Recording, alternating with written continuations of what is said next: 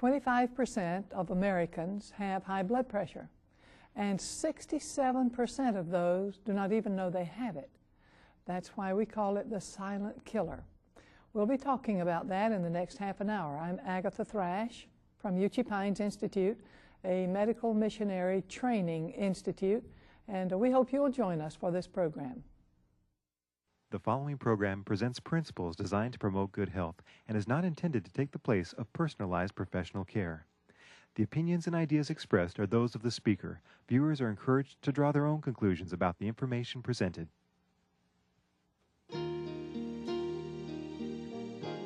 Welcome to Help Yourself to Health with Dr. Agatha Thrash of Uchee Pines Institute. And now, here's your host, Dr. Thrash. Although more than 60 million people in the United States have high blood pressure, only about a quarter of those have their blood pressure under control. So we need to find out how we can manage our lifestyles so that we can get the blood pressure under control. And I have with me Don Miller, who is going to talk with you about the effect of stress on the blood pressure and how it affects the entire lifestyle. So, Don Miller. I want to say first, as I talk about stress, that stress has been given to us by a very loving God for a very real purpose. I'll give you a sort of a scenario that happened to me not long ago. I was in the country of Zimbabwe, and we're riding through a park called Wanke, and we came upon two lions, a male lion and a female lion, somewhere off the road, and it was very exciting to see these two lions there, and but they were just sort of laying there. I said, I want to see these lions do something, and so I decided to try to get them to do something, and so I rather foolishly got out of the vehicle, and it's amazing what stress does for the body, how fast it can make you move, because when the haunches of that lion, the back haunches, came up off the ground, I was in that car so fast, I couldn't believe it. And see, God gave us that reaction that when something happens that we need that fight or flight mode in our bodies, we've got everything working for that. As a matter of fact, what it does, it raises the blood pressure, it increases the pulse rate, it constricts certain things, your appetite shuts down, your digestion shuts down, your eliminatory process, you can't eliminate, all shuts down because everything is ready for that fight or flight situation. Stress brings that on, and that's a good thing when you're walking down the road and here comes a Rottweiler, or you get out of your car and there's a lion. But what happens when you're driving to the airport and the plane leaves in an hour and you're going to be there, it's only 15 minutes away, but then you come across stalled traffic, everything is backed up for as far as you can see. It's the same stress. Because what stress is the internal reaction to an external stressor. And it's how you manage that stress that has everything to do with how you're going to feel and how it's going to affect your blood pressure and your life. Because basically, when people get into those situations, stuck in traffic, are not going to make your appointment if you do not know how to manage the stress. We don't want to eliminate stress. If we eliminated the ability to react to a stressful situation, we would cut out a large part of the important part of our lives. But how do we manage that stress? So here you are, you're in a vehicle, you've got to get there. If you don't get there, you're going to miss the airplane flight. So how do you manage that? There's a number of ways to manage it. One, sit there and say, okay, Lord, I'm really going to be interested to see how you work this thing out. What flight I'm going to get, who I'm going to sit next to. Why, Lord, am I going to miss this flight? Because He's in charge. If we could just understand it, He's in charge of all these circumstances. Don't let yourself be a victim of circumstances. Another thing you can do, cars stopped, traffic stopped, turn off the car, get out, walk around your car a few times. We're told that exercise neutralizes stress. So get out there and do some exercise. If you can't get out, just do some type of, now they teach you in the airplane some different exercises to do. Do some type of exercises. Do some isometrics. Push here and push there. Squeeze the steering wheel. Do anything, because as we exert our physical forces, we lessen the stress on our bodies. Because as that stress builds up, we're now releasing catecholamines, different stress hormones in the body. We've got to somehow let these things perk off by using them up through the exertion of our muscles and our bodies. And so when we get into a stressful situation, it's not eliminate the stress, because quite frankly, the crying child can give you the stress, the spouse sometimes might give you stress. You can't eliminate these things. What we have to do is learn how to deal with them.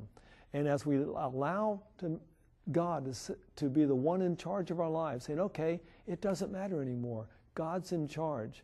And we have to also make sure we're not putting ourselves foolishly into a stressful situation. The plane leaves in 2 hours and we haven't started packing yet. Now that's the way I do things. But that's not good. It gives me stress I don't need. We need to be packed ahead of time, leave in plenty of time. If you have done your part, if stress comes and we learn how to manage it, God will do His part. And so stress, it's a blessing of God. It's a blessing to the body if and when we need it. But if we don't handle it right, if we don't manage it right through the exercising or completely surrendering the stressful situation to God, is going to cause some real problems. And that blood pressure is going to rise, perhaps sometimes to the breaking point, and that's not what we want to happen. So we need to learn how to let God shoulder those burdens and those appointments, Dr. Thrash. Yes, very good counsel about stress. And I hope that some of these things will be very helpful to you. Also, in the management of blood pressure, there are certain nutrients. And I have a graphic that I'd like to show you about the nutrients that are involved in controlling the blood pressure. Notice first magnesium. Magnesium has a relaxing effect on blood vessels, and that makes the magnesium so that just taking the magnesium alone can be very helpful. Magnesium in the form of Epsom salts is the cheapest form that you can get it, but it doesn't taste good, so many people like to take it as capsules. Then we have potassium. Potassium is also very helpful in the control of blood pressure. Usually we depend on foods for potassium. Sometimes some people do take a supplement of potassium, but generally it's high potassium foods that we want to depend on for potassium, because a little bit of excess of potassium can result in some rather serious malfunctionings of the heart. Then another one is coenzyme Q10. CoQ10 is known as a specific nutrient for the heart. It also has some very good hypotensive effects on the blood pressure. So we like to use it for the blood pressure. We like to use it for anything that has to do with the heart. It's also very good for a number of other health problems, such as cancer and digestive complaints and a wide variety of internal problems. CoQ10 can be useful. Then apples. Apples have a number of what we might call phytochemicals in them, and also pectin and boron. And all of these have a good influence on the heart. And so we can be thankful that the Lord has put these phytochemicals, a whole list of them, in apples, plus pectin and boron, that makes it so that an apple a day is very good for people who have high blood pressure. And many people who do some very simple lifestyle things and also take these special nutrient supplements can control their blood pressure with nothing more.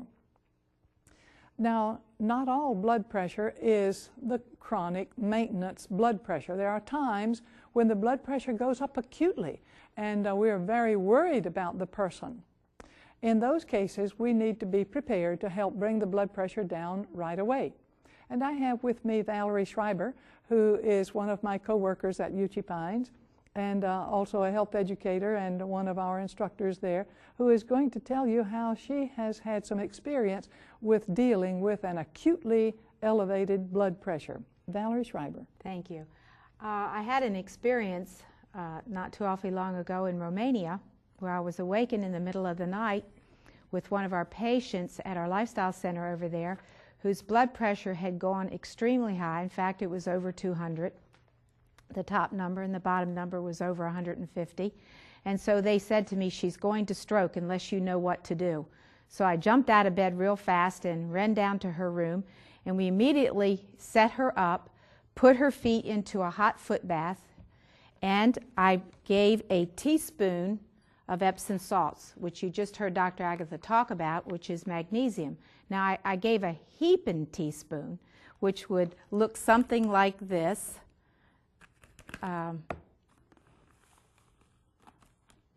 Maybe even a little bit more than that, and you just put it in the water and you just stir. Now it is kind of bitter, but let me tell you, when you're in an emergency, you better drink it. So you just drink it on down. Now it will loosen your bowels a little bit, but that's nothing to be concerned about because it will relax the blood vessels and it will bring the blood pressure down.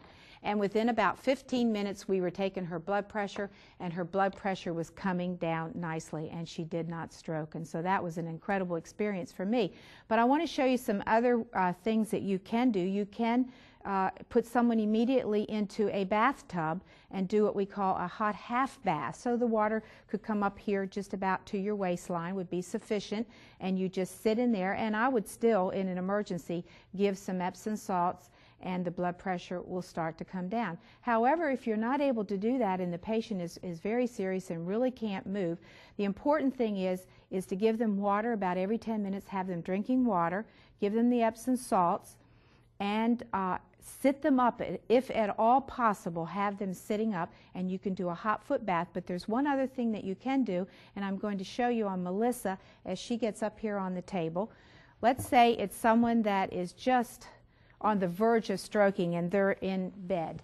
So I would immediately bring a hot tub of water, and I would put their feet in a hot tub of water, and I would elevate them as much as possible. I would put as many pillows as possible to have them sitting up as far as they can in the bed, and then I would get myself some towels and wet them real good in hot water. And you can stick them in the microwave for a few minutes, but if you're in a real crunch and it's real serious, just get them real hot, wring them out, and even if you don't have time to wring them out good, don't worry about that. Take the hot towel and put it on her extremities, just like this. And what this is doing is her feet are in the hot water, hot towels are on her arms, and what this is doing is drawing the blood to her extremities instead of it going to her head and giving her a stroke. Now, one other caution here for those that may have diabetes, you would do this in a different way if they had high blood pressure. You would not put their feet into a hot foot bath because of their lower extremities not having good circulation, cannot tell hot when the temperature is too hot, and various other reasons. But you can do this emergency treatment because many people that are diabetics also have high blood pressure, and they could get into a crisis as well. So you would do the very same thing. You would sit them up in the bed, give them Epsom salts, and you would wet the towels to put on both of their arms, and then you would wet another heavy towel in hot water, or microwave it if you can, and put it right over the top part of their legs and the lower part of their stomach. And this will create the same effect as a hot foot bath, and actually it will cause a reaction that will give good circulation to their feet, so they'll kind of get a double treatment there. Very good.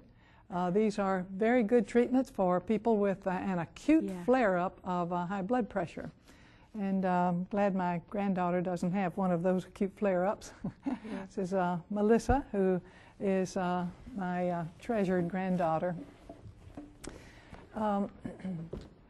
With high blood pressure, we sometimes do see people who get strokes. And I'd like to tell you a case history briefly. A man named George who had a stroke and was unconscious for a few days, but he could always swallow. As long as a person can swallow, you can manage a stroke case without the specialized nursing care and the specialized equipment that you would need in a hospital. So, but if they cannot swallow, then they need to have a tube placed down. Do not try to make a person swallow who it's obvious cannot swallow. Doing so may get materials into their lungs, which can cause really serious pneumonia and may cause the individual to lose their life because of that very thing. Now, when George had his stroke, we noticed that after a while he would begin to get a little restless. Just he was moving his arms and legs as well as he could. He had a right side partial paralysis, but we could tell that he would grunt a little bit and was just obviously restless. So we put his feet in hot water, and we could see almost immediately that the congestion that he would have in the veins of his forehead and the veins in his temple and in his neck, that these veins would become much less congested, and he would immediately begin to get less restless.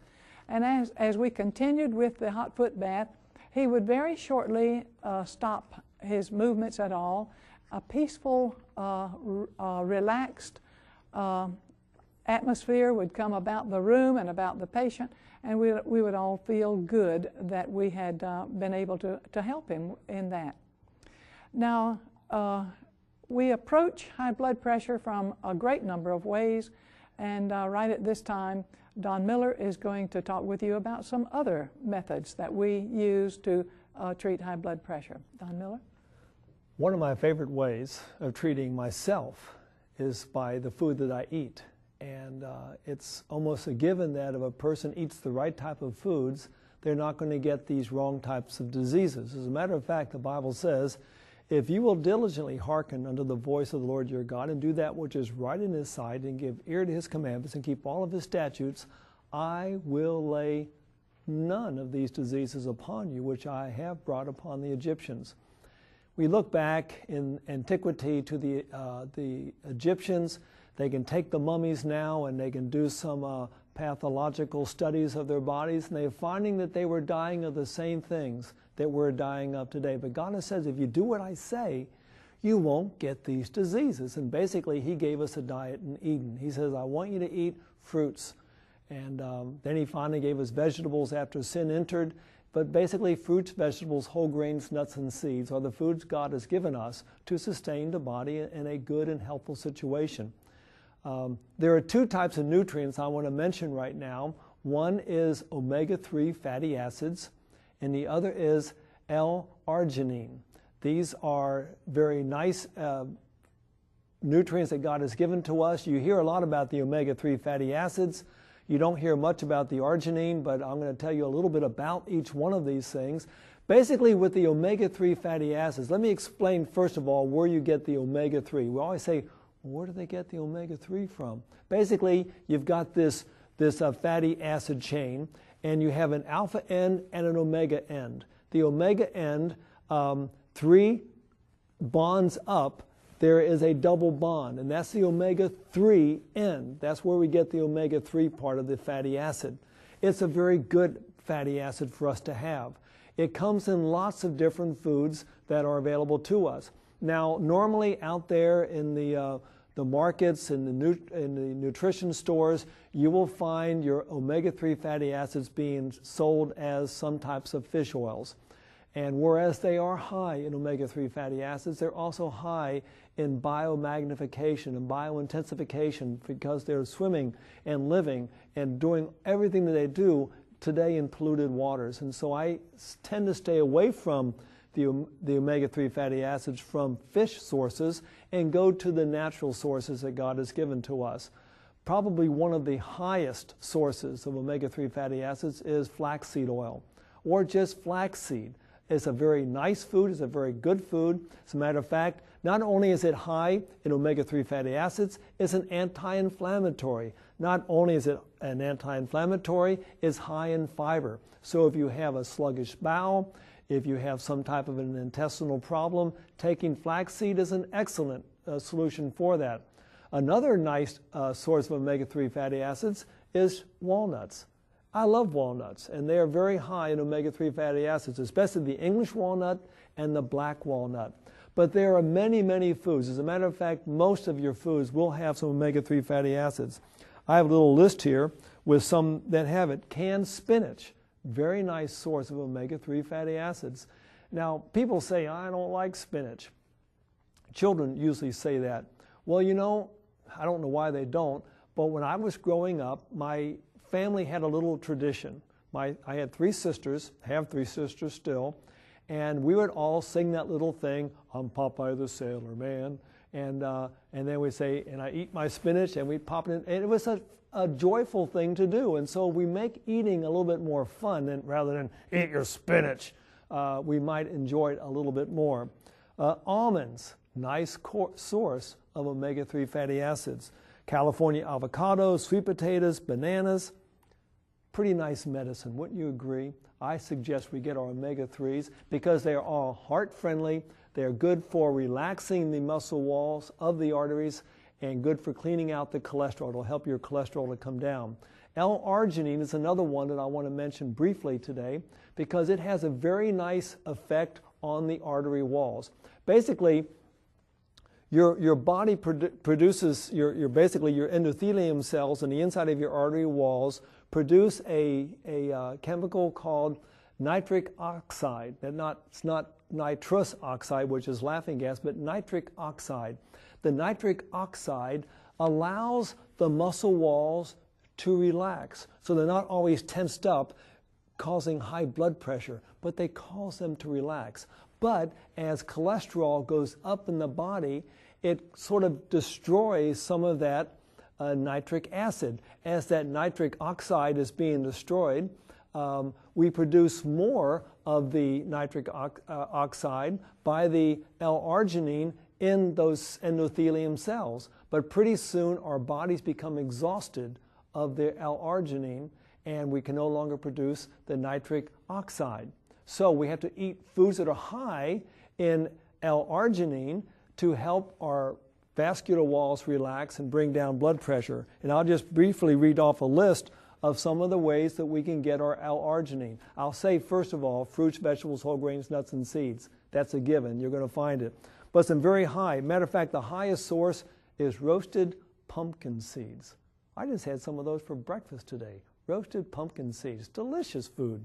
Soybeans, lentils, red kidneys, baby limas, almonds, Brazil nuts, all of these things are high in L-arginine, which is going to allow your body to produce the nitric oxide, which is going to allow your artery walls to relax, therefore bringing down your high blood pressure, Dr. Thrash. Yes. Want some medicine? Oh, yes. Yes, a walnut is very high in a number of things. It has the omega-3 fatty acids. It also it has a very good complement of a lot of minerals and some very good B vitamins. It's a wonderful food, and I much prefer to take a pill that way than from some pharmaceutical agent. Now, there are some other supplements that can be helpful to you with the blood pressure. One of those is taurine. Taurine, which I will show you on the screen so that you will know how it's spelled. Taurine has a number of good influences on the nervous system, and even in the growth of babies' brains. So mother's milk, which is high in taurine, is the best for the baby's brain, the brain development, whereas cow's milk has almost no taurine in it. So that's a good thing that we want. Vitamin E can be taken up to, say, 400 international units a day. More than that may cause some problems with the clotting mechanism. And then vitamin C. We have not always thought of vitamin C as being helpful to the blood pressure, but recent studies show that vitamin C is quite useful in that way. I like to get vitamin C, not from a pill, but you may want to use that if your blood pressure is high up. But I like to get my vitamin C from the foods that I eat. And Valerie Schreiber is going to show you some of these delicious foods that are high in vitamin C. What do you have for us, Valerie? Well, right here I have fruits. Most people think that, oh, vitamin C just comes in fruits, but vitamin C is also in our vegetables, and one of the highest sources of vitamin C happens to be right here in red pepper. This is one of the very highest sources of vitamin C. Now, another place where there's high sources of vitamin C happens to be in potatoes. Now, we don't think of that, but in Ireland back in the mid-1840s, there was they had an epidemic of scurvy happening, and they never had this in the country before until they had a blight with the potatoes. And then over 2 million people got sick and died of various infections and diseases. And they related it right back to the fact that they were heavy potato eaters. And really around the world, this is a staple in almost every country. And it has quite a bit of vitamin C. And it is, when you cook this, even though you bake this potato or cook it, it retains at least 30% of its vitamin C, unlike what would happen in a fruit. And so, you know, God is so good to us. He puts it just the right way in either fruits or vegetables, and so we're better to eat them more fresh or steamed. But those that we need to cook, like a potato, He still has it chemically fixed in such a way that we still retain our vitamin C. And so it's also in grapefruit juice. It has a good quantity of vitamin C in grapefruit juice. Tomatoes have a good amount of vitamin C. Kiwi has a real good amount of vitamin C. And believe it or not, so does Brussels sprouts, broccoli, cauliflower, all have a good amount of vitamin C. Now, a few other things I'd like to just tell you about vitamin C is the fact that it is also a decongestant. You know how when you get a cold and you get a stuffy nose and you run out and you buy all these antihistamines? Well, all you need to do is increase your vitamin C, because vitamin C, it deactivates histamine in your body. So the next time you're congested, just start eating some fresh fruits of vitamin C, and you'll find that it will decongest your head, and you won't need to go out and buy antihistamines. Now, vitamin E, we'll talk a little bit about vitamin E. Vitamin E happens to be one of the vitamins that is almost in every common food that we eat. So it is high in abundance in your grains and wheat germ and nuts and seeds, but it is also in vegetables. It's in broccoli, and it's in cauliflower, as I have right here, and asparagus and tomatoes and carrots, and it is quite a bit in your leafy green vegetables. And so, and as well as it's in fruit. So, you know, God is so good. He just puts everything that we need for life and health in all of His vegetable and fruit and nuts and grains. And if we learn to eat them properly this way, in the right fashion, and not overcook them and not put them in fats, we'll have all that we need for life. And I see walnuts have shown up again. Oh. And sunflower seeds. So we can, with blood pressure problems, we can feel very good about eating these nuts and seeds, and know that we have done something very good for the blood pressure. So with these very simple things that we have, the Lord has made it so that we are not powerless against the influence of the evil one, but have His tools that we can work with.